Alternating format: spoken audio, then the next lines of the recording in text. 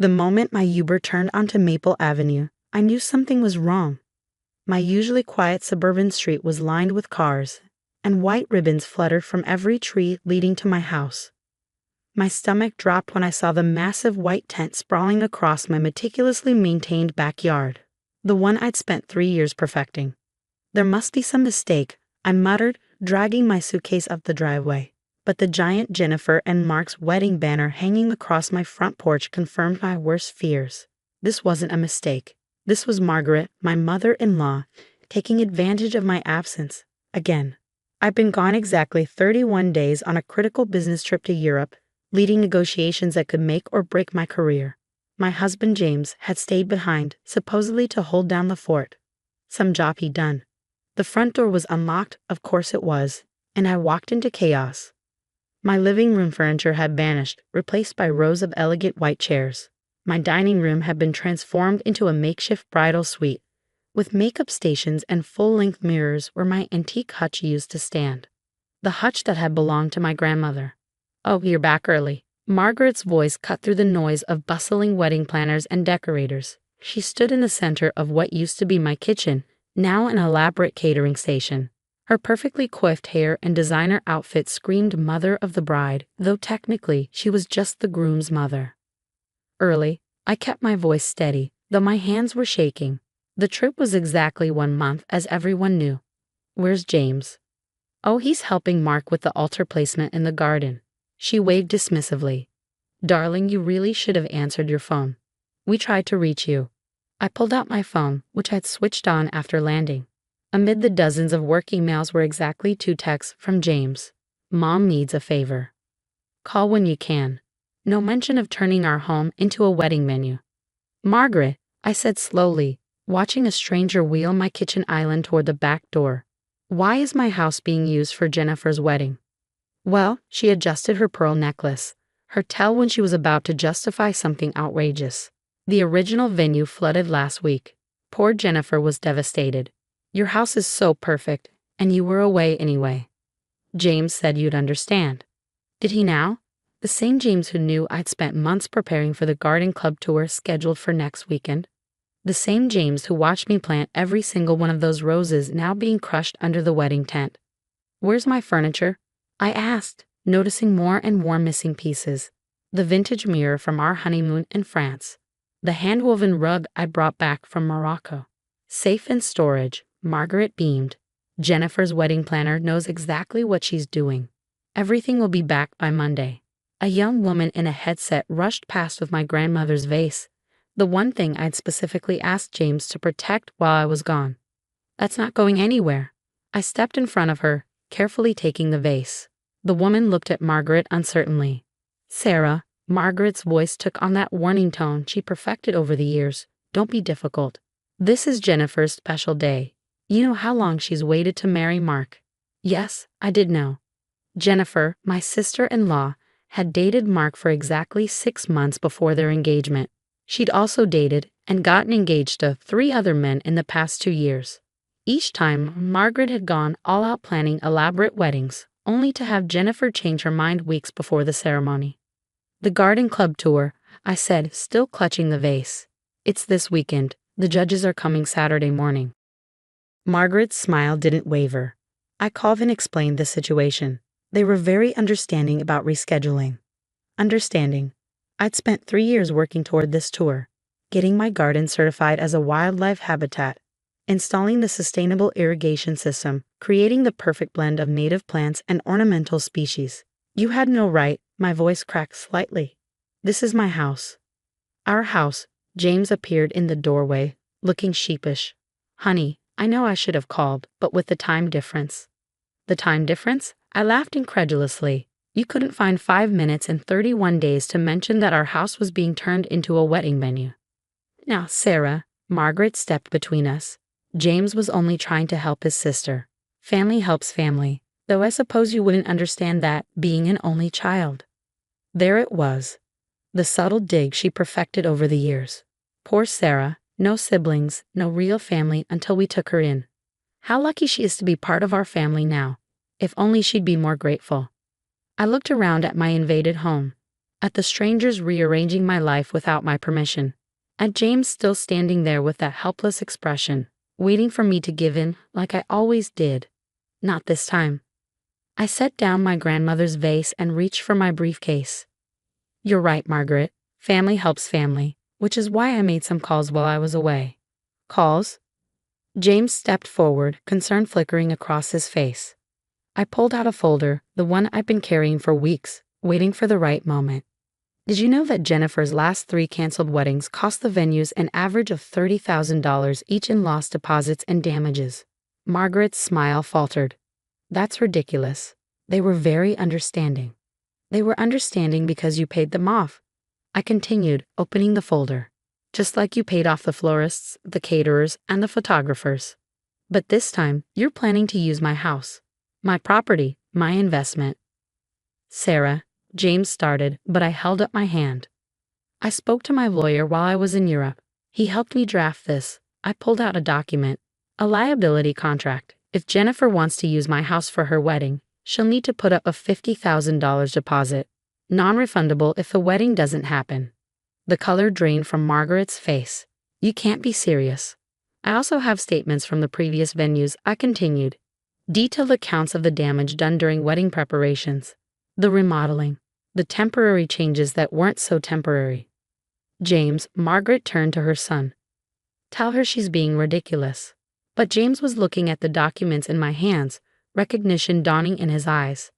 He'd seen the credit card statements. He knew exactly how much his mother had spent covering up Jennifer's wedding disasters. There's more, I said, pulling out another paper. But maybe we should discuss that after everyone leaves. Margaret's hands trembled as she reached for the liability contract. This isn't how family treats family. No, I agreed, thinking of my ransacked home, my ruined garden, my husband's betrayal. It's not. The wedding planner appeared in the doorway. Mrs. Matthews, we need to discuss the flower arch placement. Actually, I smiled, channeling Margaret's own sweet venom. I think we need to discuss moving this wedding back to the country club. Immediately. The next hour was chaos, but a different kind. Wedding planners frantically made phone calls, caterers redirected deliveries, and decorators began dismantling their half-finished setups.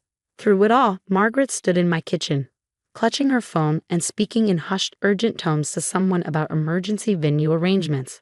Jennifer arrived in the middle of this exodus, already wearing her wedding dress and followed by a trail of bridesmaids. What do you mean we can't use the house? She shrieked, mascara running down her face. My wedding is tomorrow. I'm so sorry, sweetheart. Margaret rushed to her daughter's side. Your sister-in-law is being difficult. I sat at what remained of my kitchen counter, still holding my folder of documents, watching the drama unfold. James hovered uncertainly between his mother and me, looking like a lost puppy. But everything's already here. Jennifer gestured wildly at the decorations being packed away. The flowers, the cake, the DJ sit-up. Actually, I spoke up. Everything's being moved to the country club. I called them while the decorators were packing up. They had a last-minute cancellation for tomorrow. You what? Margaret spun around. I also covered the rush setup fee. I continued calmly. Consider it my wedding gift to Mark and Jennifer, assuming the wedding actually happens this time. Jennifer's face crumpled. What's that supposed to mean? I opened my folder again, pulling out a specific document. The country club required some assurances before accepting a last-minute booking, particularly given what happened there last spring with wedding number 3. That was different, Jennifer protested. Bradley was cheating on me. With the wedding planner, I nodded. Whom you hired again for this wedding, by the way. She's been moving your mother's vase collection to the van for the last 20 minutes. Margaret's eyes widened. She rushed to her prized display cabinet, now conspicuously empty. James, she called out, do something.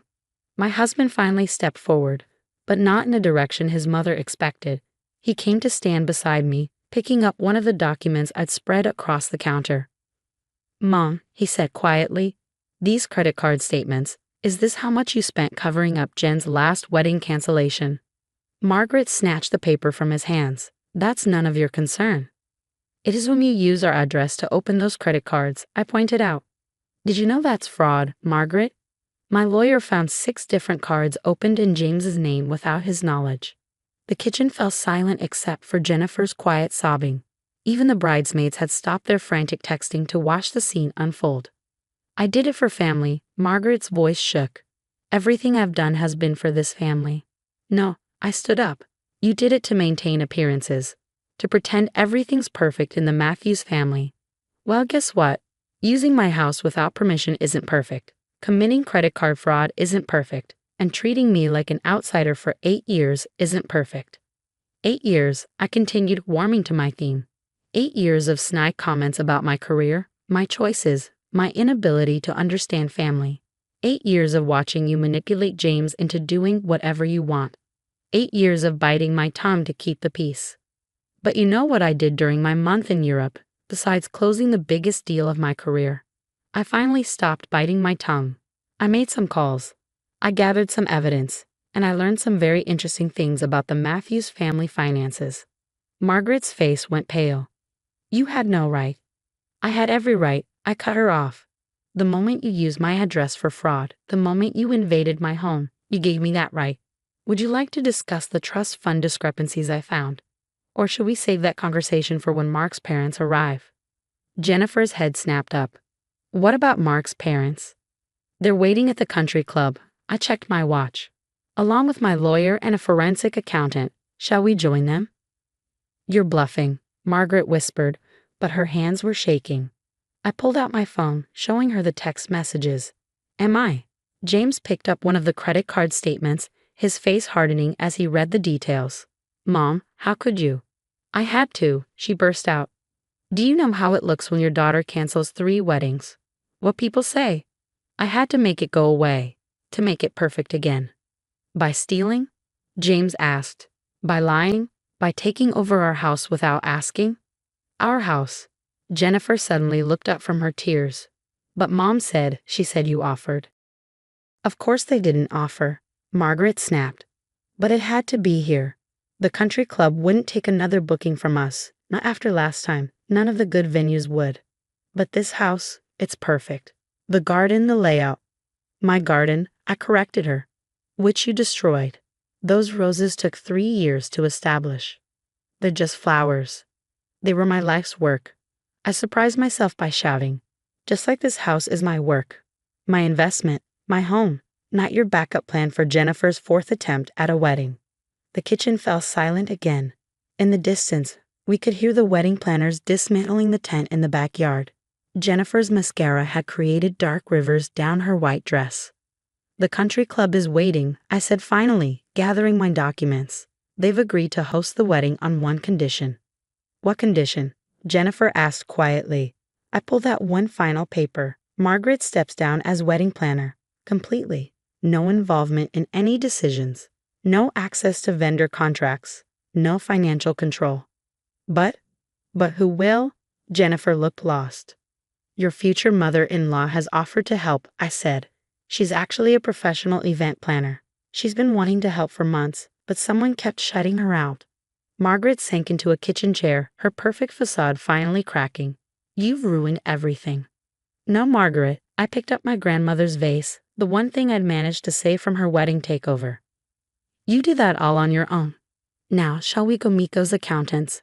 By Sunday evening, my house was eerily quiet. The chaos of the failed wedding attempt had been replaced by a heavy silence that spoke volumes. The rental companies had come and gone, taking their chairs, tents, and decorations with them. My furniture was being returned tomorrow, though I knew it wouldn't erase what had happened.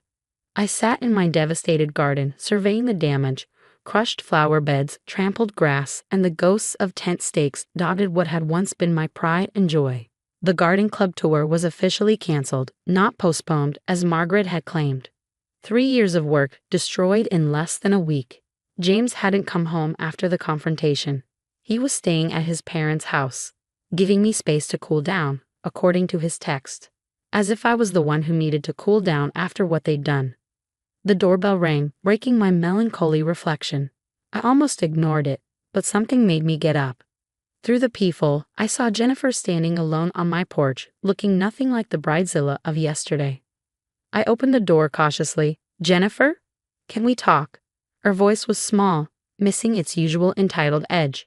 She held up a bottle of wine. I brought a peace offering. 20 minutes later, we sat in my kitchen, the only room relatively untouched by the wedding chaos. Jennifer poured us each a glass of wine, her hands shaking slightly. Mark left, she said suddenly. For good this time. I wasn't surprised. After I'd revealed the financial documents showing Margaret's pattern of covering up Jennifer's wedding disasters, Mark had looked shell-shocked. Finding out your fiancé had a history of last-minute cancellations and massive property damage would do that to a man. I'm sorry, I said and meant it. Despite everything, I didn't enjoy seeing her hurt. Don't be, Jennifer took a long sip of wine. You did me a favor. All of us, really, Mom. She's always fixed everything. Made excuses. Thrown money at problems until they went away. I never had to face consequences. I studied her face, seeing real pain there. And now? Now I have to grow up, she smiled sably. Face my commitment issues. Maybe get some therapy. Did you know I've never lived alone? Never paid my own bills? Mom always said I didn't need to worry about those things. Margaret is, I paused, choosing my words carefully, very protective. Jennifer laughed bitterly. Controlling is the word you're looking for. I see it now, how she manipulates everyone. Even James. At the mention of my husband, I felt a fresh wave of hurt. Jennifer must have noticed. He's miserable, you know, she said softly. At Mom's house, she keeps telling him he needs to stand up to you and protect his family. But I think he finally sees what she's doing. It's not just about the wedding. I set down my glass. It's about respect, boundaries, partnership. Jennifer nodded. I know, and I'm sorry for my part in it. I should have never agreed to use your house. Should have stood up to Mom when she suggested it. Why did you agree? I've been wondering this since the beginning. Because it was easier than saying no to her. It's always been easier to go along with Mom's plans, until it's not. She pulled something from her purse, a check. It's not $50,000, but it's everything in my savings, for your garden. I stared at the check, touched by the gesture but knowing I couldn't accept it. Keep it. Use it to get your own place. Start fresh. But your garden club tour will happen next year, I said firmly. And this time, I'll install security cameras first. We both laughed, the tension finally breaking. As Jennifer left that evening, she hugged me, something she'd never done before. Thank you, she whispered, for being the first person to tell me no. Later that night, as I was getting ready for bed, I heard a key in the front door. James stood in the hallway, looking exhausted and carrying his overnight bag. Mom's furious, he said without preamble. She's threatening to write me out of her will. And how do you feel about that? I held my breath, waiting for his answer. He set down his bag and crossed the room to me. Honestly? Free, he took my hands in his. I've been thinking about everything. About how I've let her steamroll over you for years. About how I never really grew up because she never let me. Never let any of us. And now I think it's time we set some real boundaries, together. He squeezed my hands. If you'll still have me. I looked into his eyes, seeing real understanding there for the first time. We have a lot to work on. I know, and I want to start by helping you rebuild the garden. Properly this time, no shortcuts, no quick fixes. Just hard work and patience. I felt tears prick my eyes. Your mother won't like that.